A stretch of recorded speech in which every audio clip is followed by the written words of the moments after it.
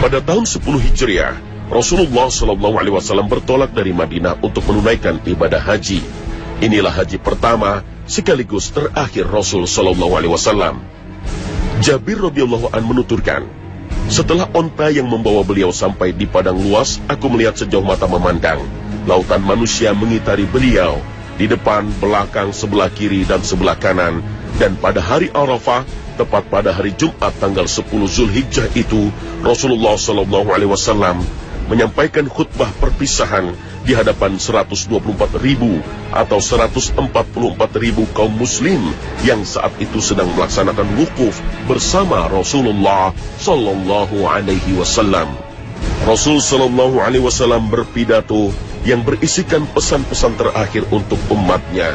Rasul mengatakan, "Wahai sekalian manusia, dengarkanlah kata-kataku ini, karena aku tidak tahu apakah aku dapat menjumpaimu lagi setelah tahun ini di tempat wukuf ini. Wahai sekalian manusia, sesungguhnya darah kamu dan harta kekayaan kamu haram dilanggar oleh orang lain bagi kamu sekalian, sebagaimana haramnya hari ini di bulan haram ini, di negeri haram ini. Ketahuilah, sesungguhnya segala tradisi jahiliyah mulai hari ini tidak boleh dipakai lagi. Segala sesuatu yang berkaitan dengan perkara kemanusiaan seperti pembalasan darah dan lain-lain yang telah terjadi di masa jahiliyah, semuanya batal dan tidak boleh berlaku lagi. Atas dasar itu hari ini, aku nyatakan pembatalan pembunuhan balasan atas terbunuhnya Ibnu Rabi'ah bin Haris yang terjadi pada masa jahiliyah dahulu. Transaksi riba yang dilakukan pada masa jahiliyah juga sudah tidak berlaku lagi sejak hari ini. Transaksi pertama yang aku nyatakan tidak berlaku lagi adalah transaksi riba Abbas bin Abdul Muttalib. Sesungguhnya seluruh transaksi riba itu semuanya batal dan tidak berlaku lagi. Wahai sekalian manusia, sesungguhnya setan itu telah putus asa untuk dapat disembah oleh manusia di negeri ini. Akan tetapi setan itu masih terus berusaha untuk mengganggu kalian dengan cara yang lain. Setan akan merasa puas jika kamu sekalian melakukan perbuatan yang tercela. Oleh karena itu, hendaklah kalian menjaga agama kamu dengan baik. Wahai sekalian manusia, sesungguhnya mengubah-ubah bulan suci itu akan menambah kekafiran. Dengan cara itulah orang-orang kafir menjadi tersesat. Pada tahun yang satu mereka langgar, dan pada tahun yang lain mereka sucikan untuk disesuaikan dengan hitungan yang telah ditetapkan kesuciannya oleh Allah. Kemudian kamu menghalalkan apa yang telah diharamkan Allah dan mengharamkan apa yang telah dihalalkannya. Sesungguhnya zaman akan terus berputar seperti keadaan berputarnya pada waktu Allah menciptakan langit dan bumi. 1 tahun adalah 12 bulan, 4 bulan diantaranya adalah bulan-bulan suci. 3 bulan berturut-turut, Zulqa'dah, Zulhijjah, dan Muharram. Bulan Rajab adalah bulan antara bulan Jumadil Akhir dan bulan Sya'ban. Takutlah kepada Allah dalam memperlakukan kaum wanita, karena kamu telah mengambil mereka menjadi istri dengan amanah Allah, dan kehormatan mereka telah dihalalkan bagi kamu sekalian dengan nama Allah. Sesungguhnya kamu mempunyai kewajiban terhadap istri-istri kamu, dan istri kamu mempunyai kewajiban terhadap diri kamu. Kewajiban mereka terhadap kamu adalah mereka tidak boleh memberi izin masuk orang yang tidak kamu suka ke dalam rumah kamu. Jika mereka melakukan hal demikian, maka pukullah mereka dengan pukulan yang tidak membahayakan.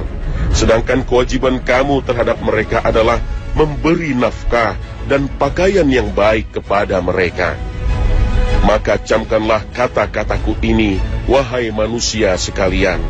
Sesungguhnya aku telah menyampaikannya. Aku tinggalkan sesuatu bagi kamu sekalian. Jika kamu berpegang teguh dengan apa yang aku tinggalkan itu, maka kamu tidak akan tersesat selama-lamanya. Itulah kitab Allah, Al-Quran, dan sunnah nabinya, Al-Hadith. Wahai manusia sekalian, dengarkanlah dan patuhlah kepada pemimpin kamu, walaupun kamu dipimpin oleh seorang hamba sahaya dari negeri Habasyah yang berhidung pesek, selama dia tetap menjalankan ajaran kitabullah Al-Quran kepada kalian semua. Lakukanlah sikap yang baik terhadap hamba sahaya. Berikanlah makan kepada mereka dengan apa yang kamu makan, dan berikanlah pakaian kepada mereka dengan pakaian yang kamu pakai. Jika mereka melakukan sesuatu kesalahan yang tidak dapat kamu maafkan, maka juallah hamba sahaya tersebut, dan janganlah kamu menyiksa mereka. Wahai sekalian manusia, dengarkanlah perkataanku ini dan perhatikanlah. Ketahuilah oleh kamu sekalian, bahwa setiap muslim itu adalah saudara bagi muslim yang lain, dan semua kaum muslimin itu adalah bersaudara. Seseorang tidak dibenarkan mengambil sesuatu milik saudaranya, kecuali dengan restu yang telah diberikannya dengan senang hati. Oleh sebab itu janganlah kamu menganiaya diri kamu sendiri. Ya Allah, sudahkah aku menyampaikan pesan ini kepada mereka? Kamu sekalian akan menemui Allah. Maka setelah kepergianku nanti janganlah kamu menjadi sesat, seperti sebagian kamu memukul tengkuk sebagian yang lain. Hendaklah mereka yang hadir dan mendengar khutbah ini menyampaikan kepada mereka yang tidak hadir.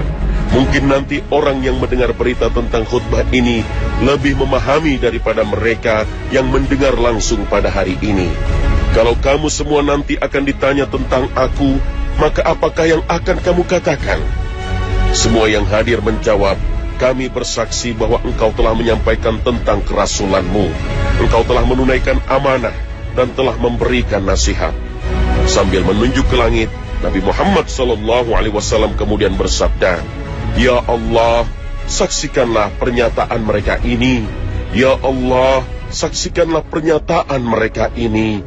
Ya Allah, saksikanlah pernyataan mereka ini. Ya Allah, saksikanlah pernyataan mereka ini. Hadis riwayat Bukhari dan Muslim. Di sore harinya, Allah Subhanahu wa Ta'ala menurunkan wahyunya. Pada hari ini telah aku sempurnakan agamamu untukmu, dan telah aku cukupkan nikmatku bagimu, dan telah aku ridhoi Islam sebagai agamamu. Al-Quran Surah Al-Ma'idah ayat 3. Khutbah ini dikenal hingga sekarang sebagai khutbah wada atau khutbah perpisahan. Dan ternyata momentum khutbah ini merupakan momentum pertemuan terakhir Rasul Shallallahu Alaihi Wasallam dan seluruh umatnya di padang Arafah. Karena setahun kemudian Rasul Shallallahu Alaihi Wasallam wafat menghadap Allah Subhanahu Wa Taala dan diiringi tangisan umatnya.